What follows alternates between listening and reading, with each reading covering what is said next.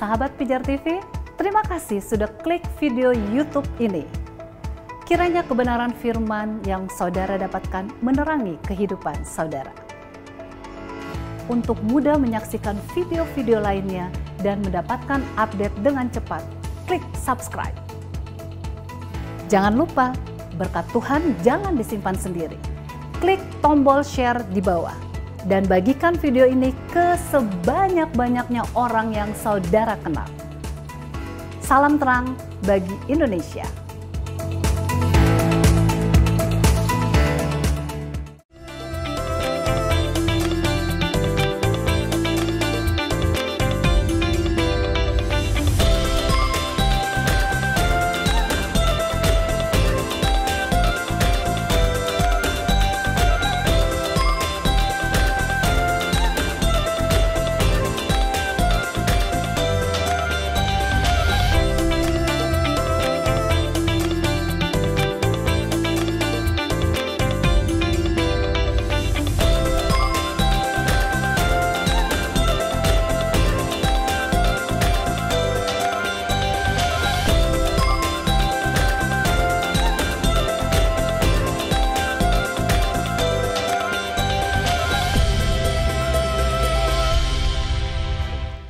Shalom, salam sejahtera pemirsa Pijar TV dimanapun Anda berada. Senang sekali kami dapat hadir kembali di pemandangan Anda dalam program kita yaitu Ku Tahu Yang Ku Percaya. Di tengah-tengah situasi yang sebetulnya tidak memungkinkan untuk kita bisa merekam seperti biasanya, tetapi karena kami tahu begitu antusiasnya Anda pada program acara ini, perlu Anda ketahui bahwa rekaman ini khususnya dari Bapak Pendeta Ezra Soru langsung direkam di Kupang, Nusa Tenggara Timur. Dan itu memberikan sebuah bukti kepada Anda betapa kami juga sungguh-sungguh ingin memberkati Anda sekalian. Dan pada episode-episode ini kita sedang membahas mengenai pengakuan iman rasuli. Khusus pada saat ini kita membahas mengenai dikuburkan. Nah, bagaimana pandangan kekristenan tentang sebuah penguburan? Pastinya hambanya akan membahas secara tuntas dan luar biasa. Dan pastikan Anda siap, bahkan mungkin siap juga untuk mencatat apa yang beliau akan sampaikan, supaya kita semua diberkati. Dan kalau ada pertanyaan, saran, atau pendapat, seperti biasa, kami menantikannya di nomor SMS yang akan tertera di layar kaca Anda. Tidak menanti lebih lama lagi, Pendeta Ezra Soru siap memberkati kita sekalian.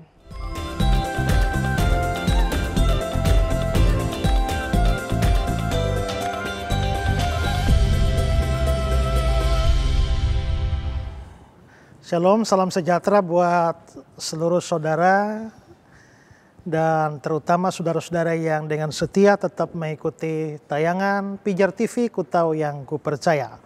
Dan program ini hadir untuk memberkati saudara-saudara, dan program kali ini kita sedang membahas tentang pengakuan iman rasuli. Sudah beberapa episode kita lalui dengan pembahasan kata-kata kalimat demi kalimat dari pengakuan iman rasuli, dan ada banyak pertanyaan yang sudah dijawab. Kami tetap memberi kesempatan kepada pemirsa di rumah yang sekiranya mempunyai pertanyaan, terutama pertanyaan seputar apa yang sudah dan sedang kami sampaikan, yakni pengakuan iman rasuli.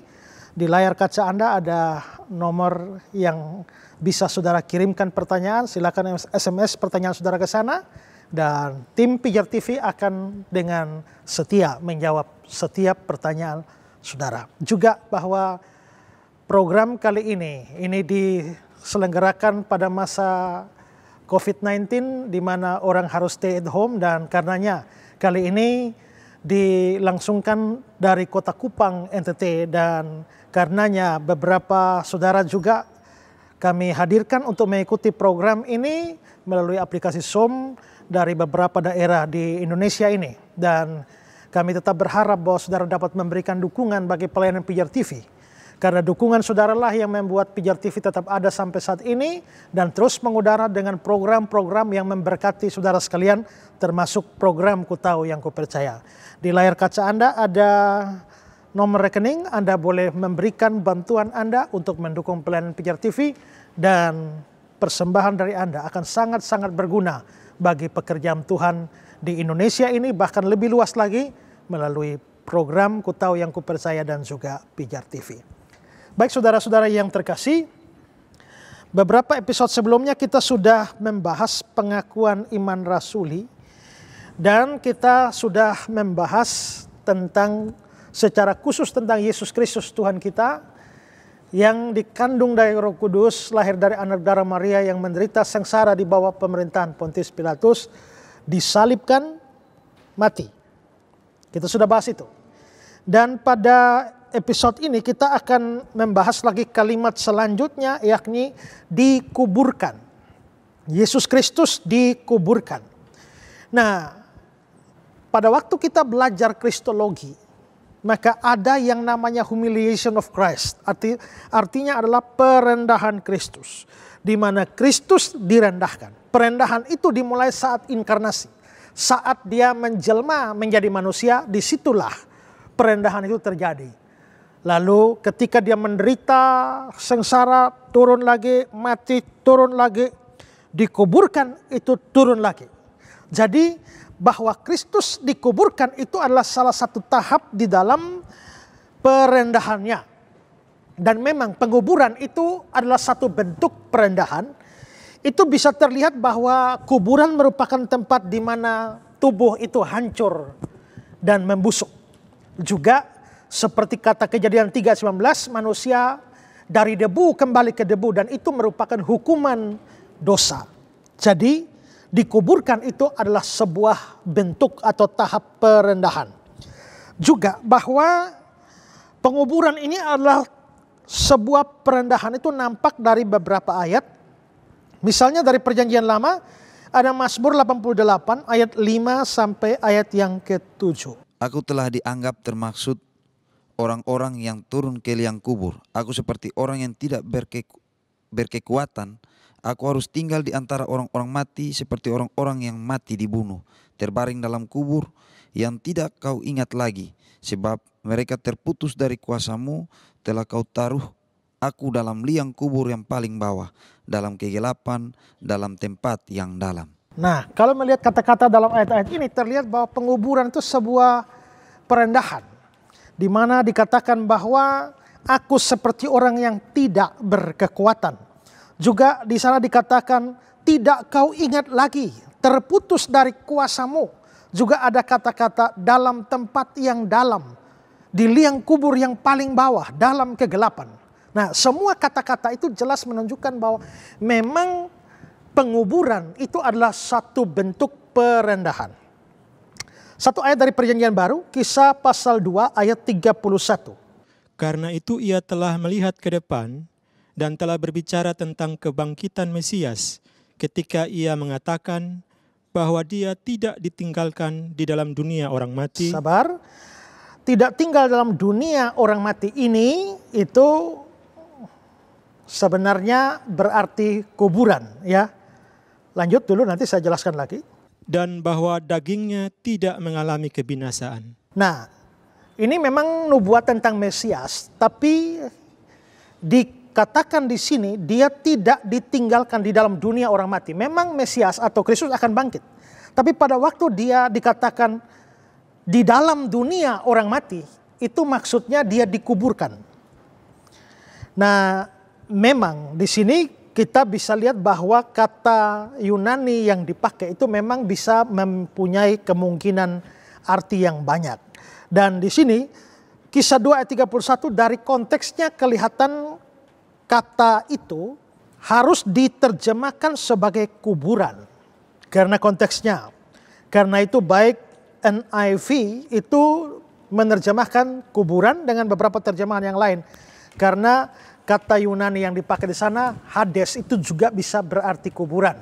Karena itu maka di sini kita bisa lihat bahwa Kristus dikuburkan itu adalah satu tahapan di dalam perendahannya. Dengan kata lain, dia yang sudah direndahkan melalui inkarnasi, dia yang sudah direndahkan melalui penderitaannya, dia yang sudah direndahkan melalui kematiannya, masih terus direndahkan di dalam penguburannya. Lalu saudara, penguburan Kristus ini menunjukkan bahwa dia betul-betul sudah mati. Tapi bukan hanya itu. Selain itu juga menunjukkan bahwa dia mengalahkan. Kalau dia sudah dikubur dan nanti dia bangkit, maka dia mengalahkan kuasa kubur itu. Atau dengan kata lain, dia menghilangkan kengerian pada kubur itu. Dan seharusnya karena itu maka orang percaya itu tidak perlu takut lagi pada kuburan. Kadang-kadang kita menyanyi itu enak ya.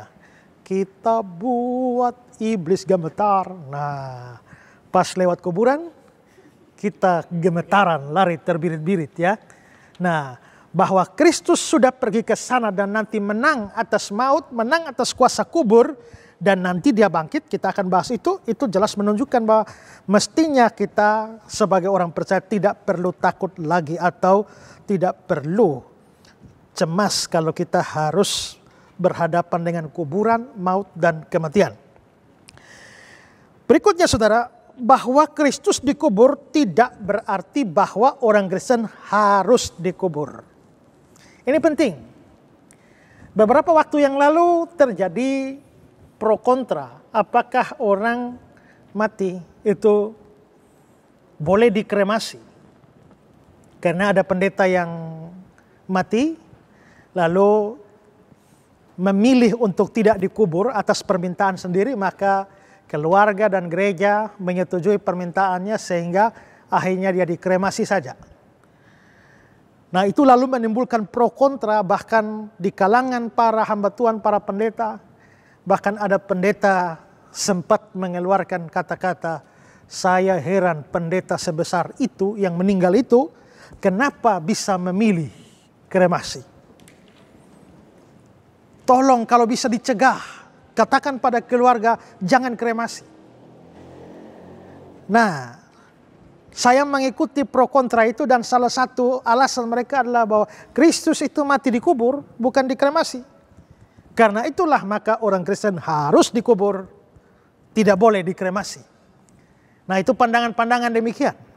Tapi saya kira kita harus paham bahwa Kristus dikubur tidak berarti bahwa kita memang harus dikubur dalam pengertian tidak boleh dikremasi. Karena kalau harus sama ya Kristus pun dikubur tidak sama seperti kita dikubur.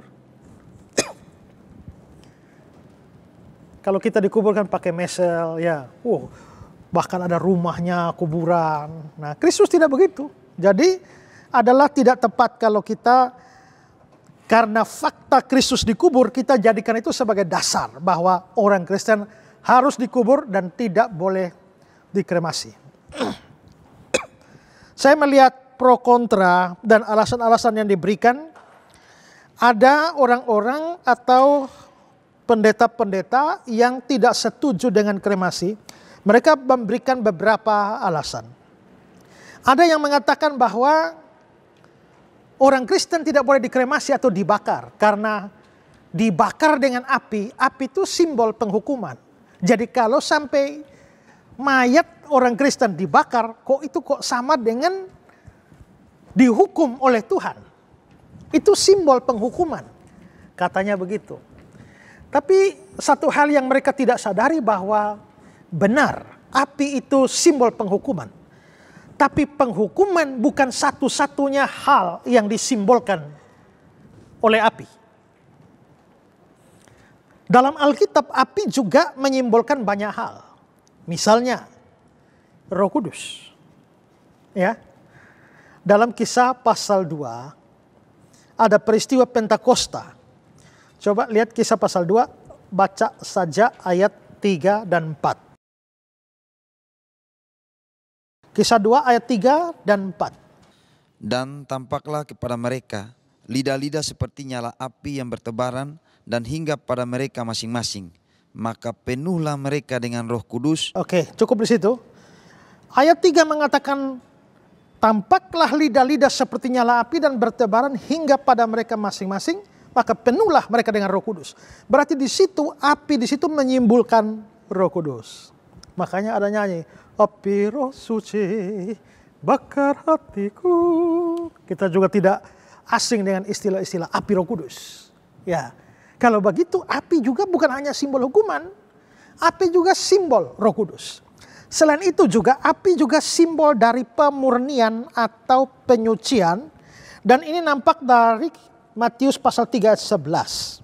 Kata-kata Yohanes Pembaptis. Matius 3:11. Aku membaptis kamu dengan air sebagai tanda pertobatan, tetapi ia yang datang kemudian daripadaku lebih berkuasa daripadaku, dan aku tidak layak melepaskan kasutnya. Ia akan membaptiskan kamu dengan Roh Kudus dan dengan api. Nah, ia akan membaptis kamu dengan Roh Kudus dan dengan api. Nah, tak usah pusingkan apa yang dimaksudkan dengan dibaptiskan dengan Roh Kudus. Karena itu bukan poin kita. Tapi di sini dikatakan dengan api. Nah, api di sini itu merujuk pada penyucian atau pemurnian. Nah, coba kita bandingkan dengan Maliaki pasal 3 ayat 1 sampai atau Maliaki pasal 3 ayat 2 dan ayat yang ketiga. Karena ayat inilah yang merupakan nubuat yang disampaikan oleh Yohanes Pembaptis yang ada dalam Matius 3 ayat 11. Coba lihat Maliaki 3, 2 dan 3.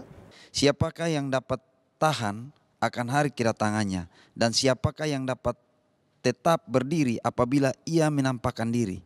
Sebab ia seperti api tukang pemurni logam dan seperti sabun tukang penat. Perhatikan ya, dia seperti api tukang pemurni logam. Berarti logam dimurnikan dengan api. Ya, terus ayat 3. Ia akan duduk seperti orang yang memurnikan dan mentahirkan perak. Oke, cukup. Seperti orang yang memurnikan dan mentahirkan perak. Itu pergunakan apa? Api. Jadi di sini kita bisa lihat bahwa api itu adalah simbol dari pemurnian. Api bisa simbol Roh Kudus, api bisa simbol pemurnian. Nanti dari Yeremia 23 ayat 29, firmanku seperti api, berarti api juga simbol dari firman. Jadi kalau dibilang orang tidak boleh dikremasi karena api simbol dari hukuman, lah api juga simbol Roh Kudus, juga simbol dari pemurnian, penyucian, juga simbol dari firman. Nah, kenapa harus penghukuman yang dipakai? Jadi menolak kremasi dengan ayat atau dasar seperti itu salah. Selanjutnya, ada argumentasi lain untuk menolak kremasi. Mereka mengatakan bahwa dalam kitab suci hanya ada pembakaran mayat itu untuk orang jahat. Sedangkan orang saleh atau orang beriman semua dikubur. Jadi karena orang jahat itu yang dibakar, orang baik-baik, orang benar dikubur. Karena itu maka kita tidak boleh kremasi. Kalau kita kremasi kita sama dengan orang jahat. Kalau kita dikubur sama dengan orang baik. Ya. Tapi kita benarkah bahwa hanya orang jahat yang dibakar? Itu jelas salah ya. Mari kita lihat 1 Samuel 31 ayat 12 dan 13. Maka bersiaplah segenap orang gagah perkasa, mereka berjalan terus semalam-malaman, lalu mengambil mayat Saul dan mayat anak-anaknya dari tembok kota Bet-Sean. Kemudian pulanglah mereka ke Yabes dan membakar mayat-mayat itu di sana. Mereka mengambil tulang-tulangnya, lalu menguburkannya di bawah pohon tamariska di Yabes. Sesudah itu berpuasalah mereka 7 hari lamanya. Nah, saudara lihat ya, lalu mengambil mayat Saul dan mayat anak-anaknya. Kemudian pulanglah mereka dan membakar mayat-mayat itu. Berarti mayat-mayat yang dibakar itu adalah mayat Saul dan anak-anaknya. Saul orang jahat dan dia dibakar. Tapi kalau ini juga anak-anaknya, berarti termasuk Yonatan. Dan Yonatan ini bukan orang jahat. Yonatan ini orang baik dan dia adalah sahabat baik daripada Daud. Jadi kalau memang demikian maka Yonatan pun mayatnya dibakar. Sehingga kalau dikatakan bahwa orang jahat saja yang dibakar itu salah. Juga kita lihat ya Mazmur 79 ayat 1 sampai ayat 4. Ya Allah, bangsa-bangsa lain telah masuk ke dalam tanah milikmu, najiskan bait kudusmu, membuat Yerusalem menjadi timbunan puing. Mereka memberikan mayat hamba-hambamu sebagai makanan kepada burung-burung di udara, daging orang-orang yang kau kasihi kepada binatang-binatang liar di bumi. Mereka menumpahkan darah orang-orang itu seperti air sekeliling Yerusalem dan tidak ada yang menguburkan. Kami menjadi celah bagi tetangga kami, menjadi olok-olok dan cemooh bagi orang-orang sekeliling kami. Ya, jelas di sini bahwa memang orang-orang ini dikatakan tidak ada yang menguburkan. Padahal itu adalah orang-orang Israel, bangsa pilihan. Tapi pada waktu negeri mereka dihancurkan, dikatakan tidak ada yang menguburkan. Memang di sini tidak bicara kremasi, tapi jelas bahwa tidak penguburan, tidak dikubur. Itu juga bisa berlaku bagi orang-orang benar atau orang-orang yang baik, bukan orang jahat. Juga ya, dalam kitab suci memang hampir semua orang dikubur karena itu memang tradisinya begitu. Pada zaman itu apalagi ya, tanah masih banyak, maka orang bisa ngubur ya. Tapi negara-negara seperti Cina, Hong Kong, yang mana tanah saja sudah sulit, itu bukan pilihan. Kamu mati mau pilih dikubur atau dikremasi, tidak. Wajib kremasi. Saya baca berita Korea Utara, bahkan mayat orang-orang dijadikan abu dan dijadikan pupuk buat tanaman. Nah, ketika dikremasi maka menjadi hanya debu di beberapa wadah saja, dan itu memang harus dilakukan di negara-negara seperti itu. Nah, kalau dunia ini makin lama makin penuh, sekarang kita aja di sini ya, tanah kubur saja mahal ya. Ya. Saya tidak mengharuskan kremasi, tidak. Tapi tidak boleh menyalahkan kremasi hanya dengan dasar-dasar atau ayat-ayat Alkitab yang sebenarnya tidak terlalu kuat untuk anti kremasi. Mereka juga mengatakan kremasi menghancurkan tubuh sehingga tidak bisa dibangkitkan oleh Allah. Kuburan juga, dikubur juga menghancurkan ya. Walaupun lebih lama. Tapi kalau saudara pergi gali itu kubur-kubur orang zaman Belanda sampai sekarang kan sudah hancur juga semua. Nah, apakah hancurnya tubuh itu lalu menyulitkan Tuhan di dalam membangkitkan? Nanti kita akan bahas lebih dalam pada waktu kita bicara soal aku percaya ya, kebangkitan daging atau kebangkitan orang mati. Tapi apakah sukar bagi Allah untuk membangkitkan?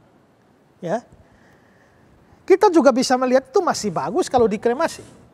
Tapi kalau misalnya kena bom, itu bisa hangus dan hilang saat itu. Nah, terus bagaimana Tuhan menemukan tubuhnya yang hangus dan hilang? Alvin tenggelam di laut, terus dimakan oleh 5 ikan. Ya, ini bukan 1 ikan, 5 ikan. Lalu 5 ikan itu ditangkap oleh nelayan. Lalu nelayan potong ikan 1 ekor bagi 17. Lalu dijual di pasar. Dijual di pasar. Lalu datanglah 17 keluarga ya, membeli potongan-potongan ikan itu. Lalu dimasak di rumah, dimakan oleh isi keluarga itu. Kira-kira bagaimana cara Tuhan menemukan tubuh Alvin kembali pada hari kebangkitan? Itu jadi lebih susah tuh. Itu lebih susah dari kremasi itu. Ya. Tapi pertanyaan kita, apakah itu sukar bagi Tuhan? Tidak. Jadi menurut saya ya, mau dikuburkan, mau dikremasi nggak ada soal dengan urusan hari kebangkitan. Menjadikan itu sebagai dasar penolakan kepada kremasi bahwa nanti sukar dibangkitkan, menurut saya itu menyangkali kemahakuasaan Allah di dalam membangkitkan orang mati. Alasan lain yang mereka berikan adalah mana di Alkitab ada perintah untuk bakar mayat. Ya, kita juga tanya di Alkitab mana ada larangan bakar mayat. Kan nggak ada juga. Jadi itu namanya argumentasi dari kegelapan atau kediaman. Sehingga tidak cukup kuat untuk menjadikan dasar penolakan itu. Ya, kalau hal itu tidak pernah diperintahkan dan tidak pernah juga dilarang, maka tentu saja orang boleh kremasi, boleh tidak. Boleh kubur, boleh tidak. Kubur dalam artian ditanam, terserah. Jadi itu sama dengan ulang tahun. Bolehkah kita merayakan ulang tahun? Mana perintah Alkitab merayakan ulang tahun? Nggak ada. Tapi mana larangan? Tidak ada juga. Jadi kalau mau rayakan silakan, tidak juga ya tidak apa-apa. Kan gitu, bikin pesta ulang tahun. Itu sama halnya juga. Kita tidak bisa menyalahkan orang kremasi hanya karena tidak ada perintah, karena juga tidak ada larangan. Ya. Ada yang mau bertanya? Ya. Saya mau bertanya, Pak. Saya pernah membaca sebuah tulisan, dan tulisan itu menantang masalah kremasi. Di situ mengatakan bahwa tubuh orang yang sudah mati itu belum benar-benar jiwanya itu, rohnya belum benar-benar terlepas dari tubuhnya. Jadi apabila dibakar, maka akan roh orang itu akan menderita, begitu Pak. Ini bagaimana tanggapan Bapak terhadap pemahaman ini? Ya, orang mati roh belum benar-benar meninggalkan. Terus masih bikin apa di situ? Rohnya. Kita harus lihat apa definisi kematian. Sejak dari zaman dulu sampai sekarang saya kira definisi mati itu tetap. Mati itu artinya berpisahnya tubuh dan jiwa atau roh. Jiwa atau roh meninggalkan tubuh, itu namanya mati. Ya, kalau masih ada itu namanya belum mati. Bisa setengah mati, tapi belum mati. Ya, coba kita melihat beberapa referensi Alkitab. 1 Raja-Raja 17, 21 dan 22. Lalu ia mengunjurkan badannya di atas anak itu 3 kali dan berseru kepada Tuhan, katanya, "Ya Tuhan Allahku, pulangkanlah kiranya nyawa anak ini ke dalam tubuhnya." Sabar, pulangkan kiranya nyawa anak ini ke dalam tubuhnya. Itu anak sudah mati. Pulangkan kiranya nyawa anak ini. Berarti nyawanya di mana? Kalau masih tetap di dalam tubuh, ngapain minta pulangkan? Terus 22. Tuhan mendengarkan permintaan Elia itu, dan nyawa anak itu pulang ke dalam tubuhnya, sehingga ia hidup kembali. Waktu dia hidup kembali, nyawa anak itu pulang ke dalam tubuhnya. Berarti waktu dia mati, nyawanya meninggalkan tubuhnya. Begitu nyawanya dipulangkan, hidup lagi. Jadi apa itu mati? Nyawa itu bisa. Nah kalau tadi tulisan itu mengatakan bahwa waktu orang mati nyawa belum pergi, ya kalau belum pergi berarti belum mati tuh. Mungkin mati suri, ya, atau hanya koma. Karena itu adalah salah kalau mengatakan bahwa roh belum benar-benar meninggalkan. Lukas 8 ayat 55. Maka kembalilah roh anak itu, dan seketika itu juga ia bangkit berdiri. Oke, jadi dia bangkit berdiri, hidup lagi. Kenapa? Karena kembali, roh anak itu kembali. Dan saya kira masih banyak ayat yang bisa menunjukkan hal itu. Sehingga adalah tidak benar kalau orang mati itu rohnya masih ada di situ. Versi yang lebih umum adalah roh melayang-layang. Kalau itu mungkin masih bisa kita pahami karena rohnya sudah meninggalkan tubuh tapi melayang-layang. Tapi tidak bersama-sama tubuh. Tapi kalau dikatakan rohnya tidak meninggalkan tubuh, ya belum mati dong. Ya. Lagian, kalau dikatakan bahwa roh masih dalam tubuh dan karena dibakar maka rohnya menderita. Nah terus kalau ditimbun dengan tanah, menderita tidak dia? Ya menderita juga kalau begitu. Dimasukkan di peti, ditutup mati peti lagi, setelah itu ditambah campuran lagi, tutup dengan tanah lagi, dicor lagi. Apakah tidak menderita? Jadi saya kira nonsens lah kalau kita menganggap bahwa roh menderita karena dibakar ya. Dan ingat bahwa andai kata roh itu masih belum terpisah dari tubuhnya saat mati, adalah tidak benar juga bahwa roh itu bisa menderita karena api dunia. Ini roh itu sesuatu keberadaan rohani. mana mungkin disakiti oleh api yang bersifat fisik. Karena itu jelas menurut saya itu pandangan yang tidak tepat untuk menolak kremasi. Tapi Pak, Ya. kan di dalam Alkitab sendiri mengatakan bahwa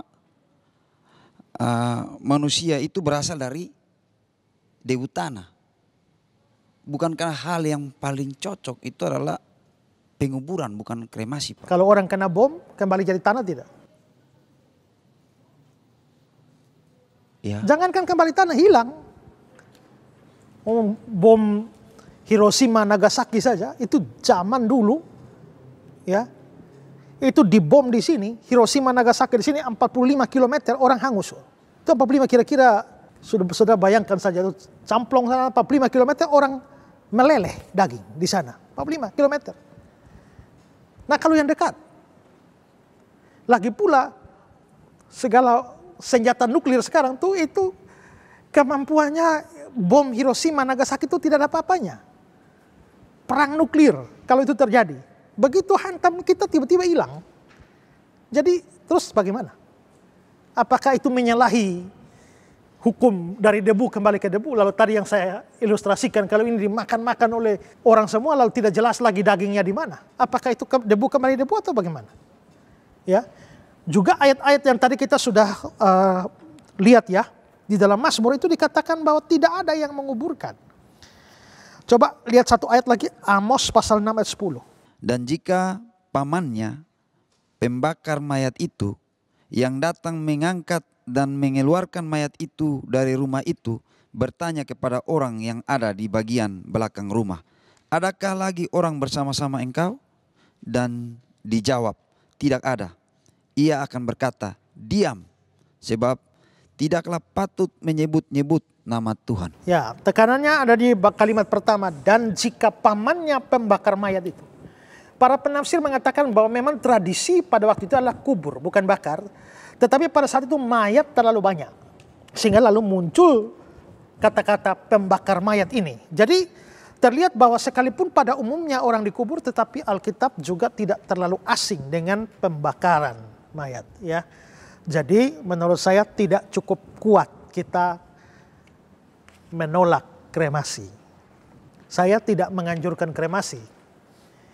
Tapi hanya tidak setuju dengan penolakan menggunakan dasar-dasar Alkitab yang menurut saya tidak kuat.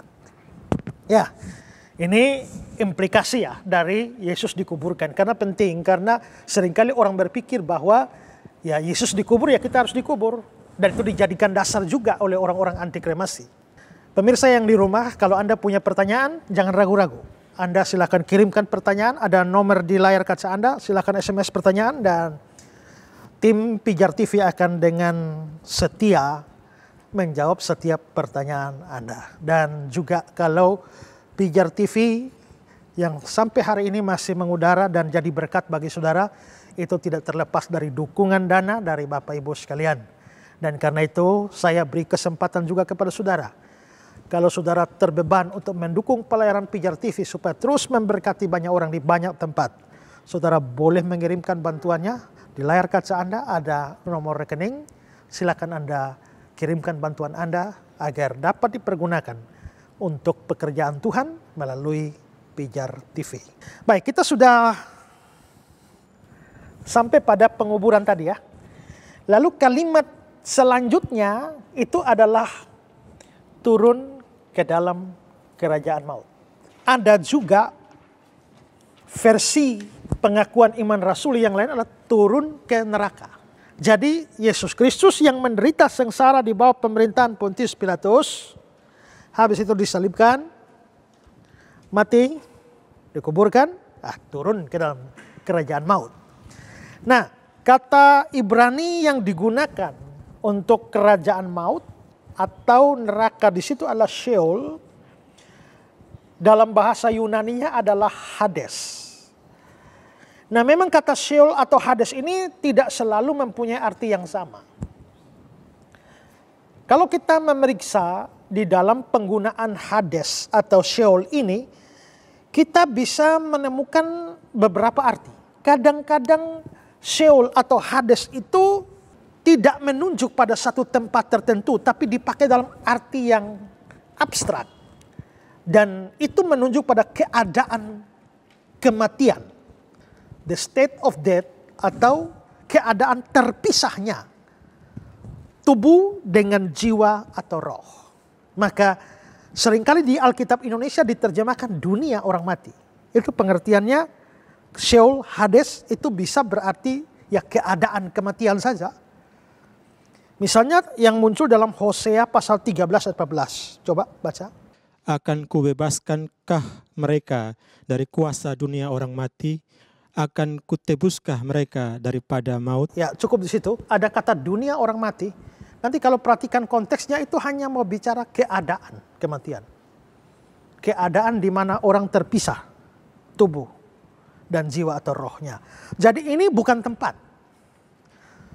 Jadi Sheol atau Hades ini itu kadang-kadang mempunyai arti itu bukan tempat. Kalau bukan tempat maka dia hanya bicara soal keadaan mati saja. Dalam Alkitab Indonesia diterjemahkan dunia orang mati. Tapi kadang-kadang Sheol dan Hades ini juga mempunyai arti tempat. Ini bukan tempat, ini tempat. Tapi kalau dia artinya tempat, maka ada dua kemungkinan. Kemungkinan pertama itu menunjuk pada kuburan. Dan kemungkinan kedua itu pada neraka. Kalau bukan tempat, itu keadaan mati. Tapi kalau itu tempat, maka dua kemungkinan, kuburan atau neraka. Itu medan makna dari kata Sheol dan Hades. Nah, kapan dia keadaan mati, kapan dia kuburan, kapan dia diartikan neraka, itu tergantung konteks dari ayatnya. Ya. Nah coba kita melihat, saya beri contoh misalnya Kejadian 37 ayat 35. Sekalian anaknya laki-laki dan perempuan berusaha menghiburkan dia, tetapi ia menolak dihiburkan. Serta katanya, tidak, aku akan berkabung sampai aku turun mendapatkan anakku ke dalam dunia orang mati. Demikianlah Yusuf ditangisi oleh ayahnya. Jadi Yusuf ini ditangisi oleh ayahnya Yakub. Coba ulang ayatnya. Sekalian anaknya laki-laki dan perempuan berusaha menghiburkan dia. Cukup. Anaknya laki-laki, anaknya perempuan menghibur dia. Berarti anak laki-laki dari Yakub, anak-anak perempuan dari Yakub menghibur Yakub. Terus? Tetapi ia menolak dihiburkan. Serta katanya, tidak, aku akan berkabung sampai aku turun mendapatkan anak. Sabar.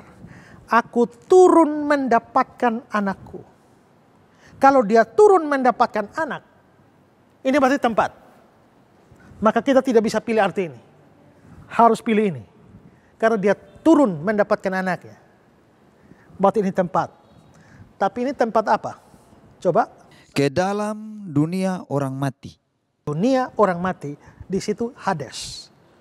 Atau Yunani, tapi Ibraninya Sheol.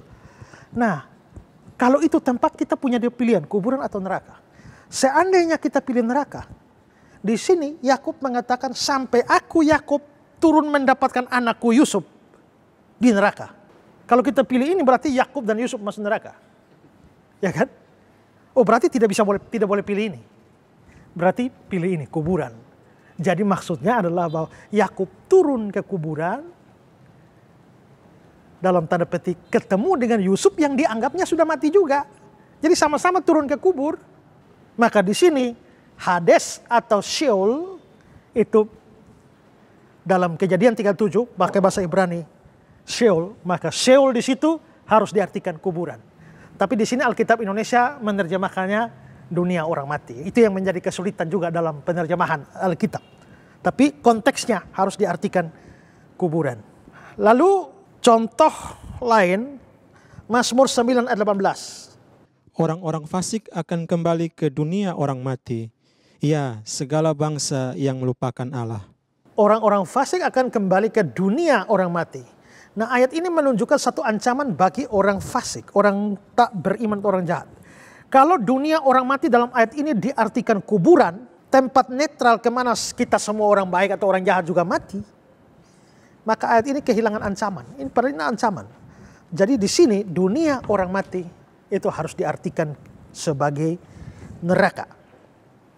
Lalu Amsal 15 ayat 24. Jalan kehidupan orang berakal budi menuju ke atas, supaya ia menjauhi dunia orang mati di bawah. Jalan kehidupan orang berakal budi menuju ke atas. Atas itu mana? Surga. Ya. Supaya dia menjauhi, kalau dia artikan kuburan, kok tidak cocok. Surga, satu di surga, satu di kuburan. Kan tidak cocok. Maka ini surga, maka ini harus neraka. Nah, dari situ kita bisa lihat konteksnya demikian. Kita lihat contoh dari Perjanjian Baru. Lukas 16, itu ada cerita tentang orang kaya dan Lazarus. Dan dua-duanya mati. Nah, sekarang kita hanya melihat orang kaya ini saja. Lukas 16 ayat 23. Lukas 16 ayatnya yang ke-23. Orang kaya itu juga mati, lalu dikubur. Dan sementara ia menderita sengsara di alam maut. Oke, sabar. Orang kaya itu juga mati lalu dikubur. Berarti nanti alam mautnya tidak bisa berarti di kuburan lagi kan? Dan sementara dia menderita sengsara di alam maut, kata Yunaninya Hades. Nah, di sini kita mau lihat Hades ini, dia menderita di Hades. Hades itu artinya apa? Ini dia dikubur dan sementara dia menderita sengsara di. Ini berarti tempat. Apakah dia menderita sengsara di kuburan? Apakah dia sementara mengalami siksa kubur? Di kuburan orang tidak disiksa, tidur tidak terasa apa-apa kok. Ya kan? Nah, coba ayat 24. Lalu ia berseru, katanya, Bapa Abraham, kasihanilah aku. Suruhlah Lazarus supaya ia mencelupkan ujung jarinya ke dalam air dan menyejukkan lidahku, sebab aku sangat kesakitan dalam nyala api ini. Tetapi Abraham berkata, Anak, ingatlah bahwa engkau telah menerima segala yang baik sewaktu hidupmu, sedangkan Lazarus segala yang buruk. Sekarang ia mendapat hiburan dan engkau sangat menderita. Orang kaya itu dikatakan sengsara, menderita, ada api. Kalau itu diartikan kuburan, tidak cocok. Maka itu berarti neraka. Sehingga orang kaya itu ke neraka, ke Hades. Jadi disinilah kita bisa lihat bahwa kerajaan maut atau dunia orang mati dalam Alkitab Indonesia ini bisa diartikan seperti ini. Nah, kenapa saya perlu jelaskan ini? Karena ini berkaitan dengan kalimat itu. Yesus Kristus menderita sengsara di bawah pemerintahan Pontius Pilatus, disalibkan, mati, dikuburkan, turun ke Sheol, turun ke Hades. Nah, kalau begitu, Yesus turun ke Sheol, ke Hades itu yang mana? Nah, disinilah terjadi masalah. Karena ini menjadi bagian yang sukar dipahami dari dalam pengakuan iman rasuli. Karena itu banyak pandangan diberikan. Ada yang memilih ini. Berarti Yesus turun ke dalam kerajaan maut. Berarti dia hanya pilih arti ini. Kalau arti ini berarti sekedar keadaan mati. Maka kedobelan dong. Disalibkan, mati, kan sudah. Dikuburkan, turun ke dalam kerajaan maut. Kenapa ulang? Kalau hanya sekedar mati, mati sudah disebutkan secara khusus. Kalau pilih kedua, kuburan. Disalibkan, mati, dikuburkan, turun. Loh, dikuburkan sudah. Kalau di situ kalimatnya artinya dikubur, ya berarti kedobelan. Berarti tidak di sini. Bukan arti itu. Bukan arti ini. Terus ini. Yesus turun ke neraka. Nah, tapi kalau Yesus turun ke neraka di sini, kita mendapatkan kesulitan. Karena ada ayat yang memang secara jelas menunjukkan bahwa Yesus tidak pergi ke neraka. Lukas pasal 23 ayat 43, 46. Kata Yesus kepadanya, "Aku berkata kepadamu, sesungguhnya hari ini juga engkau akan ada bersama-sama dengan aku di dalam Firdaus." Ayat yang ke-46. Lalu Yesus berseru dengan suara nyaring, "Ya Bapa, ke dalam tanganmu kuserahkan nyawaku." Dan sesudah berkata demikian, ia menyerahkan nyawanya. Oke. Ya Bapa, ke dalam tanganmu kuserahkan nyawaku. Ini Yesus mau mati.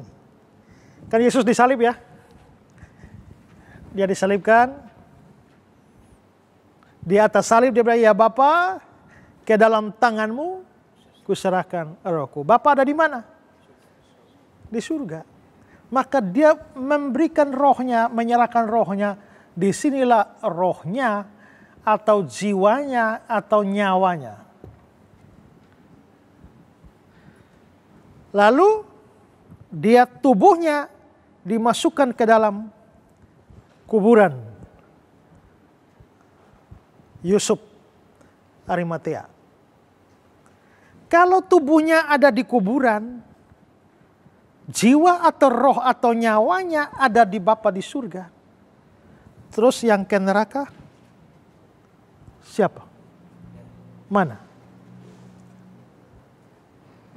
Nah, ini kesulitan. Sehingga tadi kalau kita memilih arti yang ketiga pun, yang artinya neraka, arti pertama dan arti kedua itu double. Double makna nanti dengan kata-kata sebelum dalam pengakuan iman rasuli. Pilihan yang ketiga berarti tinggal pilihan itu.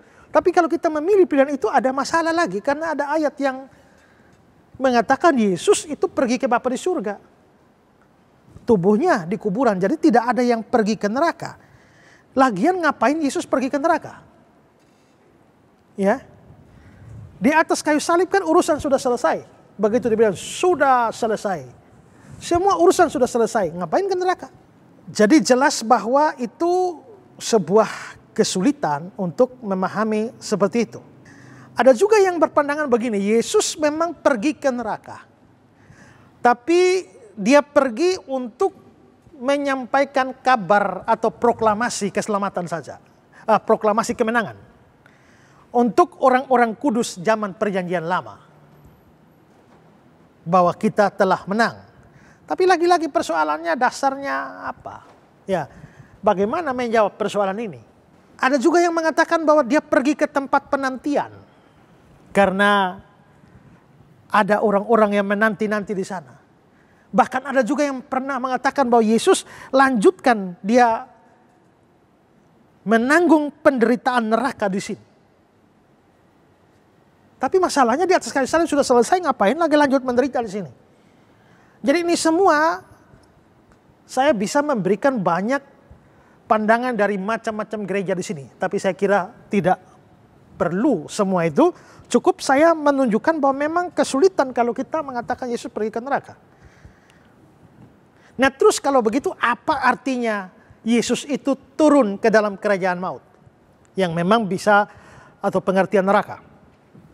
Nah saya kira pandangan yang paling aman dan mempertimbangkan semua hal itu adalah pandangan John Calvin. Calvin mengatakan begini, memang kata-kata turun ke dalam kerajaan maut itu memang artinya neraka. Tapi walaupun ada kata neraka, kita tidak bisa artikan bahwa dia betul-betul ke neraka karena ada ayat ini. Nah terus apa artinya? Artinya adalah bahwa dia turun ke dalam kerajaan maut itu artinya dia sedang menanggung hukuman neraka. Tapi hukuman neraka itu dia tanggung bukan dengan turun ke neraka, tapi hukuman neraka dibawa ke atas kayu salib dan ditanggung di sana. Tapi kalau memang dibawa ke atas kayu salib, kenapa dibilang turun? Ya karena menanggung hukuman neraka itu sebuah bentuk perendahan. Maka turun. Jadi gini ya, kita manusia berdosa, kita mati hukumannya. Upah dosa ialah maut. Roma 6 ayat 23 itu ya. Di Kejadian 2 ayat 17 bilang, semua buah pohon dalam taman ini boleh dimakan ya. Yang satu itu tidak boleh. Pada hari kamu memakannya, pastilah mati. Ya, pada hari memakan mati. Pada waktu Adam dan Hawa makan, langsung mati. Ternyata tidak. Dia sampai umur 930 tahun. Berarti tidak mati. Kalau begitu, seolah-olah kata-kata setan yang benar ya. Tidak. Ya. Tuhan bilang nanti kami makan kami mati. Tidak. Tuhan omong kosong. Tidak. Karena mati pertama itu adalah mati rohani. Ini mati kedua mati jasmani. Nanti mati ketiga itu neraka. Mati jasmani ini putus napas. Adam tidak langsung putus napas setelah makan. Tapi dia mati rohani ini adalah putus hubungan dengan Allah. Dia putus hubungan dengan Allah itu langsung hari itu. Karena dia diusir dari Taman Eden. Jadi mati rohani itu terpisah dari Allah. Mati jasmani putus napas, mati kekal, itu neraka. Kalau Yesus memang mau menebus dan menanggung hukuman kita, dia mesti mengalami tiga ini. Nah mari kita lihat di atas kayu salib. Yesus mengalami kematian rohani, itu perpisahan dengan Allah. Kapan? Eli, Eli lama sabatani. Dia mati jasmani di atas kayu salib. Kapan? Ya Bapa, ke dalam tanganmu kuserahkan rohku. Lalu dia mengalami hukuman neraka. Kapan? Turun ke dalam kerajaan maut. Maka hukuman neraka ditanggung. Tadi baca cerita orang kaya dengan Lazarus ya. Dan sementara di neraka, orang kaya itu bilang, Bapak Abraham suruh Lazarus bawa air. Kenapa?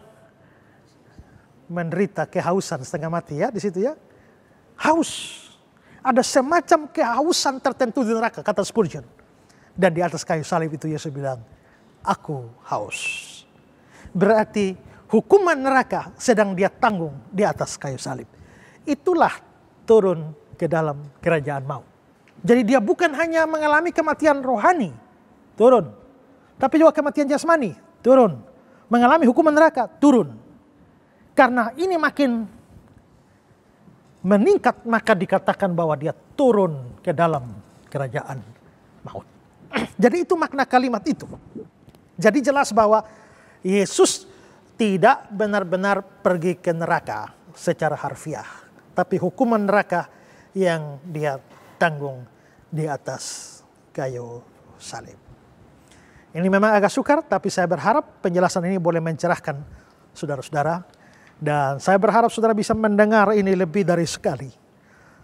Pijar TV dalam program Ku Tahu Yang Kupercaya selalu menayangkan program-program ini berulang pagi atau sore. Saudara bisa mengikuti dan mendengarnya sehingga bisa lebih paham. Dan kalau saudara punya pertanyaan, silakan. Ada nomor yang kami sediakan di layar kaca ini, Anda boleh bertanya di sana dan kami dengan senang hati akan menjawab pertanyaan-pertanyaan saudara. Juga sekali lagi saya katakan bahwa Pijar TV dapat terus mengudara dan menjadi berkat bagi saudara dan banyak orang karena dukungan dari banyak pemirsa yang memberikan uangnya bagi pekerjaan Tuhan lewat Pijar TV. Karena itu kami tetap buka kesempatan kepada saudara. Bagi saudara yang terbeban supaya Pijar TV terus tayang dan memberkati banyak orang, saudara boleh memberikan sumbangan saudara mendukung pelayanan ini. Ada nomor rekening di layar kaca ini, silakan Anda boleh mengirimkan persembahan saudara dan boleh jadi berkat bagi banyak orang.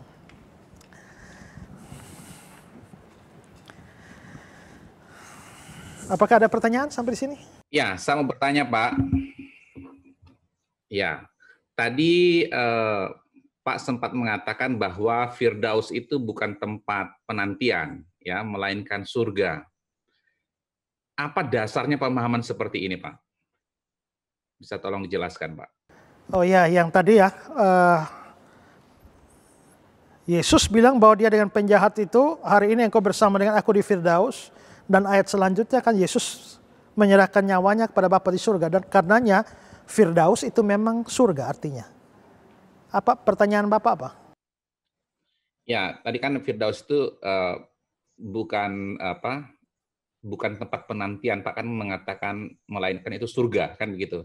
Jadi apa dasarnya pemahaman seperti itu? Gitu? Ya dasarnya bisa dari kata-kata Yesus itu ya, di mana dia mengatakan bahwa ya Bapa, ke dalam tanganmu kuserahkan nyawaku. Yesus mati ya. Ya Bapa, ke dalam tanganmu kuserahkan nyawaku. Berarti nyawa Yesus ini kan pergi ke surga nih. Di Bapa. Tapi waktu dia ngomong dengan penjahat di sebelah dia itu, hari ini engkau bersama dengan aku di Firdaus. Hari ini engkau bersama aku. Berarti penjahat itu pasti ke Firdaus. Kalau misalnya Firdaus bukan surga, Firdaus di sini. Sedangkan tadi kan Yesus bilang, ya Bapa, ke dalam tanganmu kuserahkan nyawaku di surga. Kalau surga bukan Firdaus, maka Yesusnya ke surga, penjahatnya ke Firdaus, tapi kan Yesus bilang engkau bersama-sama. Loh, kalau satu di sini, satu di sana, bagaimana bisa bersama-sama? Kecuali kita menganggap bahwa surga sama dengan Firdaus, sehingga pergi ke Firdaus sama dengan pergi ke surga. Maka Yesus itu menyerahkan nyawa ke Bapa di surga, pada saat yang bersamaan dia bisa bersama dengan penjahat itu di Firdaus. Karena memang surga sama dengan Firdaus. Ya. Selain itu juga ya, kalau kita melihat penggunaan kata Firdaus, dalam bahasa Yunaninya itu adalah paradeisos. Paradise dalam bahasa Inggris. Ini cuma muncul 3 kali dalam seluruh perjanjian baru. Selain dari kata-kata yang dia ucapkan kepada penjahat itu, juga muncul di dalam 2 Korintus 12. Coba Pak Nyoman bisa baca 2 Korintus 12 ayat 2-4. Aku tahu tentang seorang Kristen 14 tahun yang lampau. Entah di dalam tubuh aku tidak tahu, entah di luar tubuh aku tidak tahu. Allah yang mengetahuinya. Orang itu tiba-tiba diangkat ke tingkat ketiga dari sorga. Oke, sabar Pak. Orang itu diangkat ke tingkat ketiga dari surga. Tak usah persoalkan dulu tingkat ketiga, itu artinya lain. Tapi pokoknya di surga. Orang itu diangkat ke surga. Diangkat ke tingkat ketiga dari surga. Jadi artinya ya dia di surga lah. Tingkat berapa itu urusan lain. Kita tidak persoalkan maknanya. Tapi pokoknya dia di surga. Ayat 3. Aku juga tahu tentang orang itu, entah di dalam tubuh, entah di luar tubuh. Aku tidak tahu. Allah yang mengetahuinya.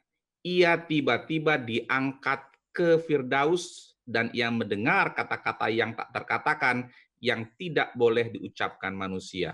Ya, jadi ayat 2 dikatakan bahwa orang ini sebenarnya adalah Paulus sendiri.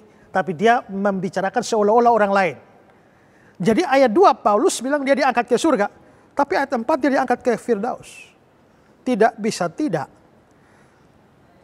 Surga sama dengan Firdaus. Jadi kalau ada pandangan populer bahwa Firdaus itu adalah tempat penantian, orang-orang mati pergi ke sana seperti ruang tunggu dokter, ya, lalu tunggu kapan Tuhan Yesus datang. Nah, itu pandangan salah, ya. Nanti saya akan bahas juga pada waktu bicara tentang Yesus akan datang kembali menghakimi orang yang hidup dan yang mati. Saya akan bahas lebih detail di sana. Tapi jelas bahwa di sini Firdaus bukan surga. Firdaus sama dengan surga. Firdaus bukan tempat penantian. Oke, ada lagi pertanyaan? Halo Pak. Ya. Ya, saya Berry Pak dari Jakarta Pak. Ya. Ya, saya ingin bertanya Pak terkait dengan penguburan Yesus Pak. Pernah ada orang agama lain bertanya kepada saya, Yesus waktu dikubur kan tidak pakai peti mati ya Pak ya, dan tubuhnya dikafani Pak. Ya. Mengapa orang Kristen sekarang kok dikubur dengan peti mati? Udah gitu pakai jas lagi Pak. Mohon pencerahan Pak. Ya. Yesus hanya dikafani, nggak pakai peti. Orang Kristen sekarang kok pakai peti. Jadi kayaknya orang Kristen tidak meneladani Yesus. Kayaknya agama lain lebih cocok meneladani Yesus ya daripada Kristen. Tapi begini, saya kira satu hal yang tidak dipahami oleh banyak orang, termasuk orang-orang agama lain yang menyerang iman kita adalah mereka tidak membedakan atau tidak ngerti ilmu tafsir, hermeneutics. Kalau kita membaca Alkitab, kita harus bisa membedakan 2 macam bagian Alkitab. Pertama ada bagian-bagian yang sifatnya deskriptif. Itu sifatnya penggambaran saja. Hanya menggambarkan tapi tidak bermaksud untuk kita lakukan. Itu bukan pola, itu bukan hukum, itu bukan norma bagi kita. Itu deskriptif. Misalnya, waktu bangsa Israel dikejar oleh Mesir, ada laut Tebrau di depan, maka Musa mengangkat tongkat, pukul laut itu, blak, langsung terbelah laut itu. Itu deskriptif, menggambarkan. Tapi itu tidak bermaksud bahwa menjadi hukum, rumus, norma, pola bagi kita. Kalau ada laut di depan, maka angkat tongkat, pukul laut dan terbelah. Kau pukul sampai mabok pun, laut tidak akan terbelah. Ya kan? Berarti itu hanya gambaran, bukan suruh kita ikut. Tuhan Yesus pernah jalan di atas air. Karena Tuhan Yesus pernah jalan di atas air, maka sekarang saya mau ke Sabu. Ya, berjalan di atas air, mati. Kalau kita mau ke Sabu, jangan jalan, naik kapal feri, kan begitu. Artinya Yesus jalan di atas air itu kan hanya pola, hanya gambaran. Ini sama dengan saudara baca koran. Pada tanggal 15 Juni, pesawat Lion Air dari Jakarta ke Medan mengalami kecelakaan. Itu berita. Apakah itu berarti bahwa setiap tanggal 15 Juni pasti Lion Air akan jatuh yang penerbangan Jakarta Medan? Kan tidak. Itu hanya gambaran. Tetapi ada bagian-bagian Alkitab yang sifatnya didaktis. Didaktis itu adalah pengajaran. Itu dimaksudkan menjadi hukum pola bagi kita. Misalnya, percayalah engkau kepada Tuhan Yesus Kristus maka engkau akan selamat. Itu harus berlaku bagi semua. Ucaplah syukur senantiasa. Itu harus berlaku semua. Bersukacitalah, kukatakan bersukacita. Itu berlaku bagi semua. Nah sekarang, Yesus itu tidak kawin. Apakah kita harus ikut? Maka berdosa semua kita yang kawin. Yesus juga tidak pernah pacaran. Maka apakah berdosa semua yang pacaran kalau tidak ikut Yesus? Tidak. Itu deskriptif. Maka Yesus mati dan dikuburkan tidak pakai peti, pakai kafan, kain kafan saja. Itu bagian deskriptif. Tidak perlu orang Kristen mengikuti itu. Kalau dengan cara yang sama kita bisa menyerang sama juga. Apakah kalian juga mengikuti semua yang dilakukan oleh pemimpin agama kalian? Kan tidak juga. Ya. Itu hal yang perlu kita pahami dalam urusan penafsiran. Lalu juga kita harus melihat bahwa kan Yesus dikubur. Kalau Yesus dikubur, berarti ada yang mengubur. Kalau kita mau ikut teladan, bukan teladan Yesus, tapi teladan yang menguburkan Yesus. Karena dikuburkan ini kan pasif. Yesus tidak melakukan apa-apa supaya dikubur. Orang-orang yang menguburkan dia dengan cara demikian. Jadi nggak ada masalah lah, saya kira itu hanya mengada-ada saja dari orang-orang yang tidak percaya. Ya, mau dikubur pakai peti, tidak pakai peti, tidak ada masalah. Ya, hanya memang tradisi kebiasaan kita kan pakai peti. Ya sudah, toh orang yang tadi kita bahas kremasi juga tidak pakai peti juga. Jadi saya kira itu adalah serangan dari orang yang tidak memahami cara menafsirkan Alkitab saja. Oke, ada lagi? Pak, saya mau bertanya. Tadi dikatakan bahwa kalau Yesus mati, dia tidak pergi ke dunia orang mati untuk memberitakan Injil ya. Ya. Lalu bagaimana dengan orang-orang di masa perjanjian lama? Bagaimana mereka diselamatkan? Bukankah keselamatan itu hanya melalui iman kepada Yesus Kristus? Nah, waktu mereka mati, sudah mati, Yesus belum lahir atau Yesus belum ada. Iya, tapi memang orang selamat harus beriman pada Yesus. Tapi tidak perlu Yesus pergi berkunjung kepada mereka. Ya, tidak perlu Yesus berkunjung lagi pada mereka. Karena apa? Mereka pasti otomatis selamat kok. Kalau mereka percaya pada Yesus. Persoalannya adalah bagaimana mereka percaya Yesus sedangkan Yesus belum lahir. Ya kan? Memang Yesus belum lahir. Kita memang harus bedakan antara orang Yahudi dan orang non-Yahudi. Kenapa pembedaan itu dilakukan? Karena untuk orang Yahudi diberikan segala macam janji nubuat tentang kedatangan Mesias. Tapi orang non-Yahudi ini tidak ada hukum Taurat. Dengan kata lain, orang non-Yahudi tidak punya kemungkinan percaya Yesus. Maka ini pasti tidak selamat semua. Maka pada zaman perjanjian lama yang mungkin untuk selamat hanya orang Yahudi atau orang bangsa lain yang masuk agama Yahudi. Ya. Tapi bagaimana orang-orang perjanjian lama bisa percaya Yesus? Kan ada janji bahwa Mesias akan datang. Saya kira pada episode sebelumnya kita sudah bahas Kejadian 3 ayat 15. Janji tentang keturunan perempuan yang akan meremukan kepala iblis. Dan banyak nubuatan. Jadi orang-orang perjanjian lama itu mereka harus percaya pada Yesus, Yesus yang akan datang.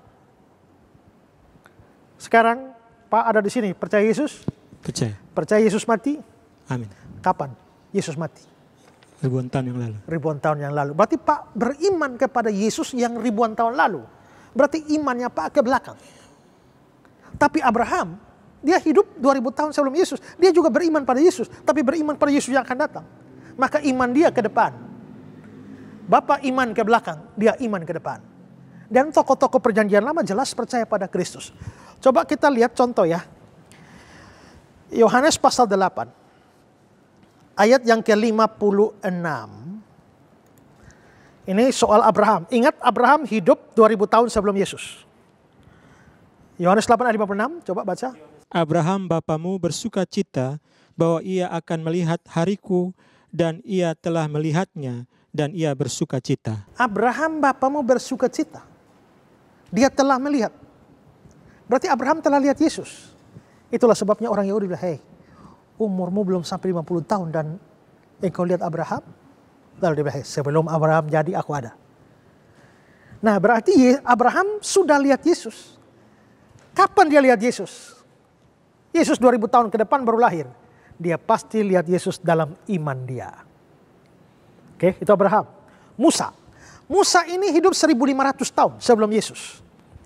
Dan penulis surat Ibrani berbicara tentang Musa. Ibrani 11 ayat 26. Ia menganggap, Ya sabar, ia di sini Musa ya. Ia Musa terus. ia menganggap penghinaan karena Kristus sebagai kekayaan yang lebih besar daripada semua harta Mesir. Cukup di situ. Ia Musa menganggap penghinaan karena Kristus. Lah bagaimana Musa menganggap penghinaan karena Kristus sedangkan Kristus sendiri baru lahir 1500 tahun ke depan? Berarti Musa memang melihat dan percaya Kristus. Kristus yang akan datang. Ya. Nabi Yesaya itu hidup 750 tahun sebelum Yesus lahir. Sekarang lihat Yohanes 12 ayat 41. Hal ini dikatakan oleh Yesaya karena ia telah melihat kemuliaannya dan telah berkata-kata tentang dia. Ya, Yesaya melihat kemuliaannya. Berarti Abraham lihat sampai 2000 tahun ke depan. Musa 1500 tahun ke depan, Yesaya 750 tahun ke depan. Mereka orang-orang percaya pada Kristus. Maka karena kepercayaan akan Kristus yang akan datang, mereka selamat. Kita sekarang percaya pada Kristus yang sudah datang, kita selamat. Simon Petrus dan kawan-kawan percaya pada Kristus yang sementara datang, maka mereka selamat. Maka orang hidup kapan saja dia harus percaya Yesus baru selamat, karena Yesus satu-satunya jalan keselamatan. Karena itu saudara-saudara yang di rumah yang ikut acara ini, pikirkan baik-baik. Kalau saudara Kristen tapi saudara tidak pernah sungguh-sungguh percaya Yesus, tidak pernah terima Yesus sebagai juru selamat dan Tuhan, kamu tidak mungkin diselamatkan. Kalau mau selamat, terima Yesus sekarang. Kalau tidak, kalau kamu mati, kamu akan langsung pergi ke neraka dan binasa selama-lamanya di sana. Oke, ada pertanyaan lagi? Maaf Pak Estra, ada pertanyaan saya dari Pak Riki dari Papua Barat, Pak Estra. Oh ya, silakan Pak Riki. Terima kasih Pak Estra, selamat malam. Pak Estra, kalau saat Yesus mati, rohnya ada bersama Bapa di surga. Mengapa setelah bangkit, Yesus malah berkata bahwa ia belum pergi kepada Bapa seperti kata Yohanes 20 ayat 17. Janganlah engkau memegang aku sebab aku belum pergi kepada Bapa. Terima kasih Pak Esra. Itu perkataan Yesus kepada Maria Magdalena ya. Jangan engkau memegang aku sebab aku belum pergi kepada Bapa. Tadi kalau dikatakan Yesus sudah menyerahkan ya Bapa ke dalam tanganmu, kuserahkan rohku atau nyawaku. Nah sekarang Yesus bilang belum pernah pergi kepada Bapa. Karena itu dia bilang jangan sentuh aku.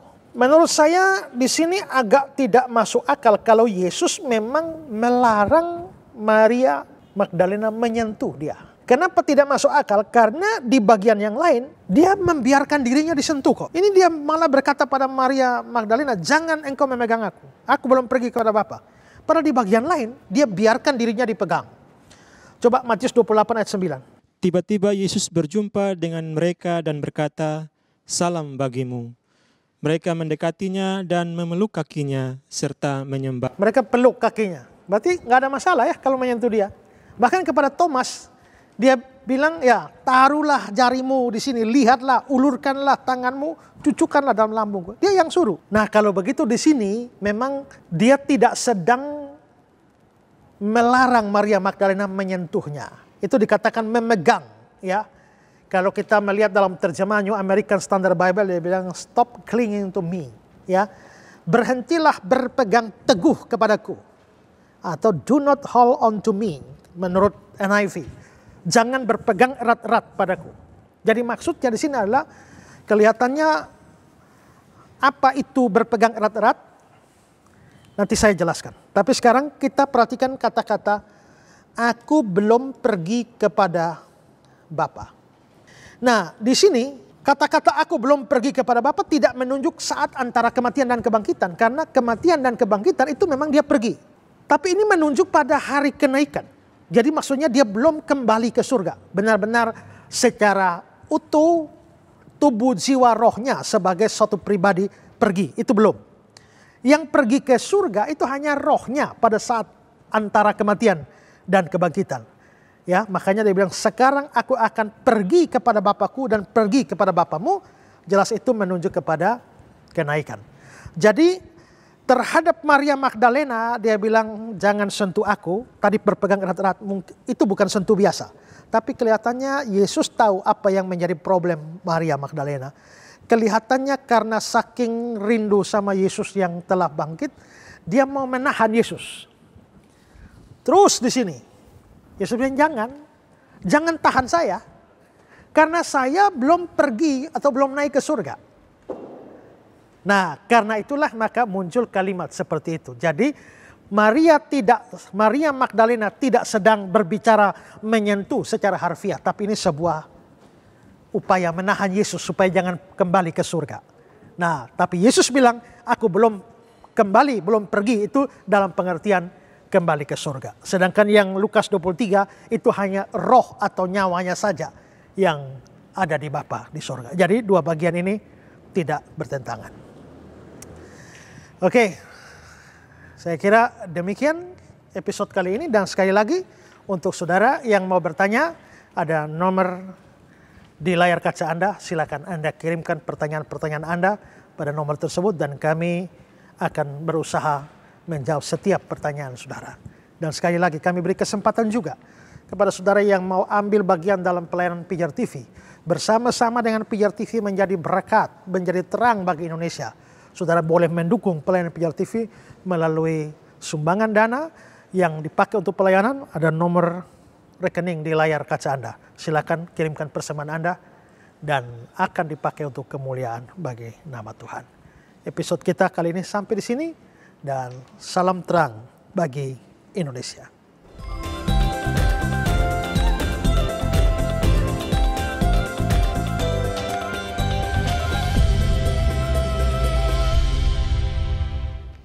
Terima kasih untuk kesetiaan Anda tetap bersama dalam program acara ini, Ku Tahu Yang Ku Percaya. Begitu sangat memberkati apa yang hambanya sampaikan, menambah pengenalan kita akan firman Tuhan dan juga menambah pemahaman kita mengenai pengakuan iman rasuli, khususnya pada kalimat dikuburkan. Jangan kemana-mana, nantikan terus tayangan ini karena kita masih akan melanjutkan pembahasan yang berkaitan dengan pengakuan iman rasuli. Dan pada kesempatan ini kami mengucapkan terima kasih untuk donasi yang Anda berikan sehingga program Ku Tahu Yang Ku Percaya dapat senantiasa ditayangkan dan juga Pijar TV dapat memproduksi program-program lainnya yang hadir di layar kaca Anda. Kalau ada pertanyaan, saran, dan pendapat seputar program ini atau secara umum mengenai Pijar TV, sampaikan melalui nomor SMS yang tertera di layar kaca Anda. Kami undur diri pada episode kali ini. Nantikan kami hadir kembali di episode yang lainnya. Tetap setia dan tetap bersukacita. Tuhan Yesus memberkati kita semua. Salam terang bagi Indonesia.